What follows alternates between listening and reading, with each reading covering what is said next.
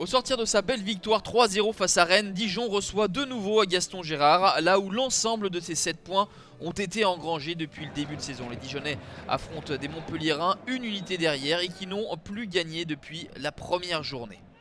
Des Montpelliérains en action en ce début de rencontre avec le débordement de Roussillon qui prend le meilleur sur Samaritano. Le retrait pour Casimir Ninga.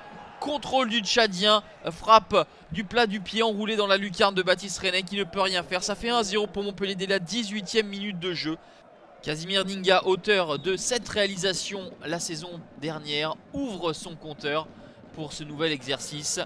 Des Montpelliérains au-dessus en ce début de rencontre avec Casimir Ninga une nouvelle fois dans ses œuvres. Le grand pont sur Varro, ensuite il s'infiltre dans la surface de réparation, résiste au retour d'un défenseur dijonnais et vient piquer ce ballon juste devant Baptiste René.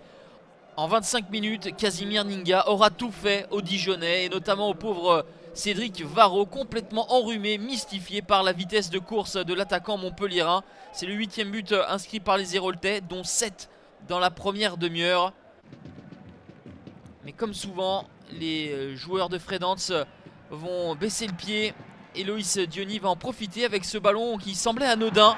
Et Geoffrey Jourdain commet une faute de main grossière. Loïs Diony qui marque ici son 3e but en 2 matchs après son doublé lors de la journée précédente. 2-1, c'est le score à la pause grâce à son buteur tchadien Ninga. Montpellier menait 2-0 mais la faute de main de Jourdain a remis Dijon dans la partie. Pour la 7e fois en 8 rencontres, les Montpelliérains ont ouvert le score. Est-ce que cette fois-ci va être la bonne pour conserver le résultat? C'est tout l'enjeu de cette deuxième période et les Montpelliérains vont entamer cette deuxième période comme ils ont entamé la première, à savoir avec un nouveau but de Casimir Ninga pour le triplé juste avant l'heure de jeu. Un but qui permet à Montpellier de se redonner de l'air. René est trop court sur cette frappe aussi précise que puissante, avec le petit rebond toujours délicat à négocier pour les gardiens. On avance dans cette partie, nous jouons les 10 dernières minutes. Loïs Diony avec son physique, avec sa puissance se retourne, mais le malheureux Anthony Van Den Boer marque contre son camp et trompe Geoffrey Jourdain, le Belge prêté par Anderlecht.